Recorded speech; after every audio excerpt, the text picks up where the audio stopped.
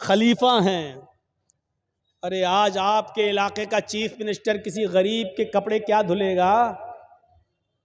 آپ کے یہاں کا معمولی مکھیا اور سرپنچ بھی، آپ کے علاقے کا معمولی مکھیا اور معمولی سرپنچ بھی کسی غریب کے، کسی بوڑھی عورت کے کپڑے اپنے ہاتھ سے نہیں دھل سکتا ہے. حضرت ابو بکر صدیق رضی اللہ تعالیٰ عنہ خلیفۃ المسلمین ہیں، خلیفۃ المومنین ہیں. اور کیا حضرت عمر دیکھتے ہیں کہ کون کپڑے صاف کر رہا ہے؟ ابو بکر صدیق. کون ہے ابو بکر صدیق جو برتن مانج رہے ہیں؟ کون ہے جو گھر میں جھاڑو لگا رہا ہے؟ ابو بکر صدیق. میرے پیارے ساتھیوں، میں بتانا یہی چاہتا تھا کہ کسی بھی نیکی کو حقیر مت سمجھو. چھوٹی سے چھوٹی نیکی، یہ جھاڑو لگانا میرے بھائی ایک معمولی نیکی ہے، لیکن حضرت ابو بکر صدیق جھاڑو لگا رہے ہیں. برتن مانج دینا کوئی بہت بڑا کام نہیں ہے. اگر کسی آدمی کو اپنی انسلٹ کا خیال ہو تو بھلے ہی نہ مانجے، ورنہ برتن مانجنا کوئی بہت بڑا کام نہیں ہے. برتن مانج دینا، کپڑے دھل دینا، جھاڑو لگا دینا، یہ کوئی بہت بڑا کام نہیں ہے. لیکن حضرت ابو بکر ان کاموں کو بھی حقیر نہیں سمجھا کرتے تھے. حضرت عمر ان کاموں کو بھی حقیر نہیں سمجھا کرتے تھے. اس لیے فرمایا کوئی بھی چھوٹا سی چھوٹی نیکی کو بھی حقیر مت سمجھو. کھجور نہ ہو، کھجور کا ٹکڑا ہی صدقہ و خیرات کرو. میرے پیارے ساتھیوں، ان چیزوں کو اپنے ذہن میں رکھیے، ان چیزوں کو اپنے ذہن میں رکھیے. مسلمان وہ ہوتا ہے جو چھوٹی سے چھوٹی نیکی کو بھی معمولی نہیں سمجھتا ہے، اور مسلمان مومن وہ ہوتا ہے جو چھوٹے سے چھوٹا گناہ کو بھی پہاڑ سمجھتا ہے. ایک چیز یاد رکھیے گا، مسلمان کون ہوتا ہے؟ جو چھوٹی سی چھوٹی نیکی کو بھی حقیر نہ سمجھے. مسلمان کون ہوتا ہے؟ جو چھوٹے سے چھوٹے گناہ کو پہاڑ کے برابر سمجھے، بہت بڑا سمجھے. اور منافق کون ہوتا ہے؟ جو بڑے سے بڑے گناہ کو بھی معمولی سمجھے. منافق کون ہوتا ہے؟ جو بڑے سے بڑے گناہ کو بھی یہ سمجھے کہ ناک پر مکھی بیٹھی تھی، ایسے اڑایا اور اڑ گئی. یعنی بڑے سے بڑے گناہ کو بھی وہ سمجھتا ہے جیسے ناک پر بیٹھی ہوئی مکھی کو اڑا دیا. یہ منافق ہوتا ہے، منافق. اندازہ لگا رہے ہیں آپ؟ مسلمان کبھی چھوٹی سے چھوٹی نیکی کو بھی حقیر نہیں سمجھتا، اور کوئی چھوٹے سے چھوٹے گناہ کو بھی معمولی نہیں سمجھتا بلکہ بہت بڑا گناہ سمجھتا ہے. صحابہ کرام فرماتے ہیں، اے لوگوں، جن گناہوں کو تم معمولی سمجھ کر جاتے ہو، ہم اللہ کے نبی کے زمانے میں، ہم رسول اللہ صلی اللہ علیہ وسلم کے زمانے میں، ہم چھوٹے سے چھوٹے اور معمولی سے معمولی گناہ کو بھی پہاڑ کے برابر سمجھا کرتے تھے، پہاڑ کے برابر جانا کرتے تھے. ہم نبی اکرم صلی اللہ علیہ وسلم کے زمانے میں معمولی سے معمولی گناہ کو بھی پہاڑ کے برابر سمجھا کرتے تھے. اور مسلمان کی پہچان یہ ہے کہ اس کے سامنے ایک راستہ مصیبت کا ہو اور دوسرا راستہ معصیت، گناہ اور نافرمانی کا ہو. ایک راستہ تو ہو مصیبت کا، پریشانی کا، اور دوسرا راستہ ہو گناہ کا. تو مسلمان وہ ہوتا ہے جو مصیبت کے راستے کو اختیار کر لیتا ہے لیکن گناہ کے راستے کو اختیار نہیں کرتا. اب میں مثال دوں گا، ذرا سنیے گا میرے پیارے ساتھیوں.